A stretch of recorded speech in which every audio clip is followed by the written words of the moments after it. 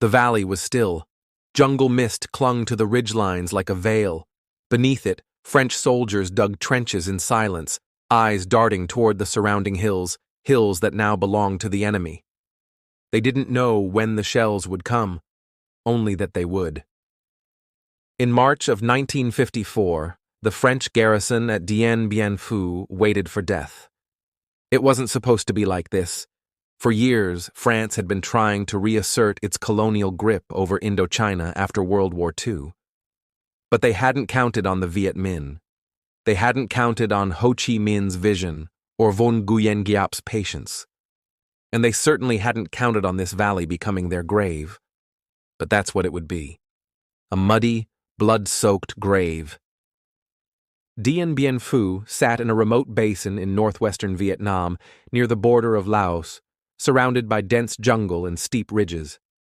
When French planners chose it as a strategic outpost in late 1953, they believed they were setting the perfect trap. The goal was to lure the Viet Minh into a large open confrontation, a battle the French believed they would win with superior firepower, paratroopers, and air support. They were wrong. Vo Nguyen Giap, commander of the Viet Minh, saw the trap for what it was and turned it inside out. Rather than rush into the valley, he would surround it, starve it, bleed it dry. He would force the French to fight not on their terms but on his, and it would work. But the story of Dien Bien Phu doesn't begin in that valley. It begins decades earlier, with betrayal. In 1946, after World War II, Vietnam declared independence from France. Ho Chi Minh had hoped the West would support them. After all, he had modeled his declaration after the U.S. Constitution. But France, unwilling to relinquish its empire, returned to reassert control. That's when the war began. For 8 years, the Viet Minh waged guerrilla warfare from the jungles and mountains, ambushes, sabotage, hit-and-run raids. They couldn't match French firepower, but they didn't have to. They had the people, the terrain, and the will. By 1953, France was losing ground.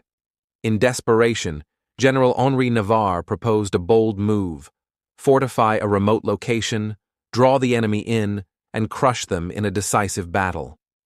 That location was Dien Bien Phu. The French flew in 13,000 troops, foreign legionnaires, Algerians, Moroccans, colonial Vietnamese, and elite paratroopers. They built airstrips, bunkers, artillery nests. They named their defensive strongpoints after women: Gabrielle, Beatrice, Dominique, Eliane.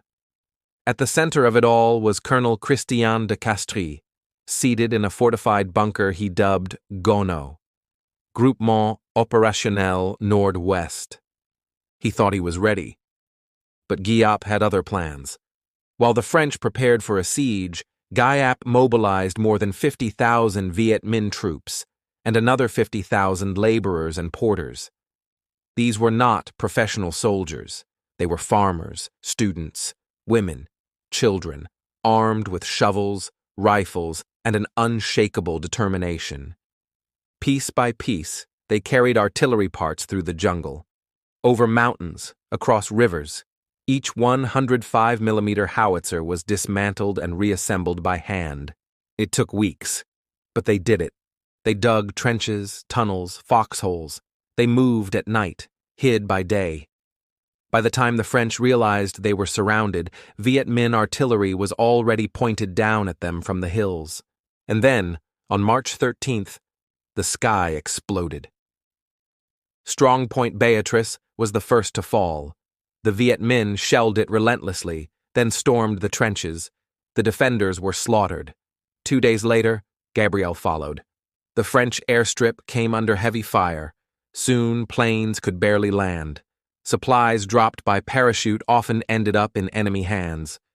The French were trapped. The rain came next.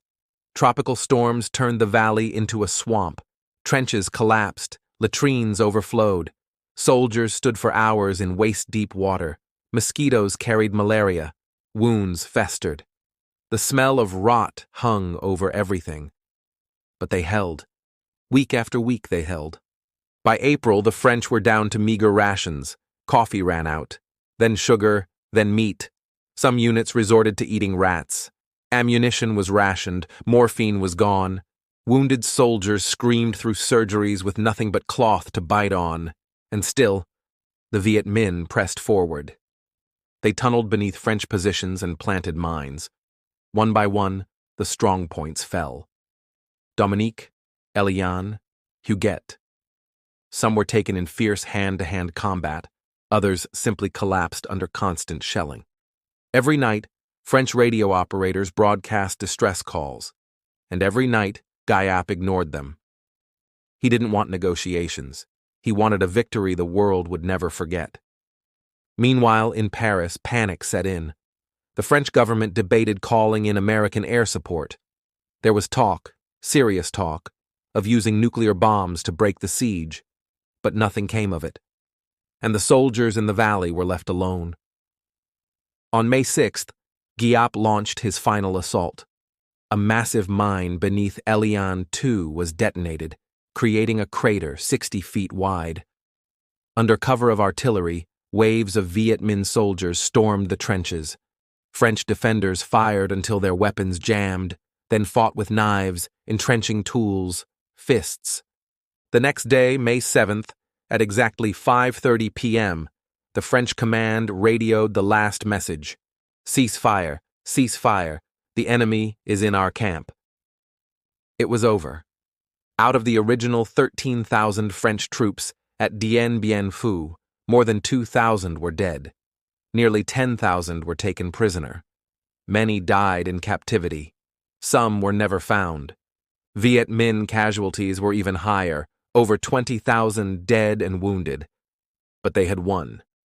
And with that victory, the First Indochina War ended. In July 1954, the Geneva Accords were signed. Vietnam was temporarily divided at the 17th parallel, north controlled by the Communists, south by the French-backed state of Vietnam. Elections were promised but never held. Instead, another war began. The United States, terrified of communist expansion, stepped in to support South Vietnam. Advisors, then weapons, then troops. Dien Bien Phu wasn't just the end of one war, it was the beginning of another, the Vietnam War. But for those who survived the siege, the scars never faded. French soldiers returned home emaciated, broken, forgotten. Some were hailed as heroes. Others were quietly shuffled out of public view, reminders of a war that had gone horribly wrong. As for Guyap, he became a legend. He had done the impossible. He had defeated a Western empire, not with money or technology, but with strategy, endurance, and sacrifice. Today, the battlefield is a memorial.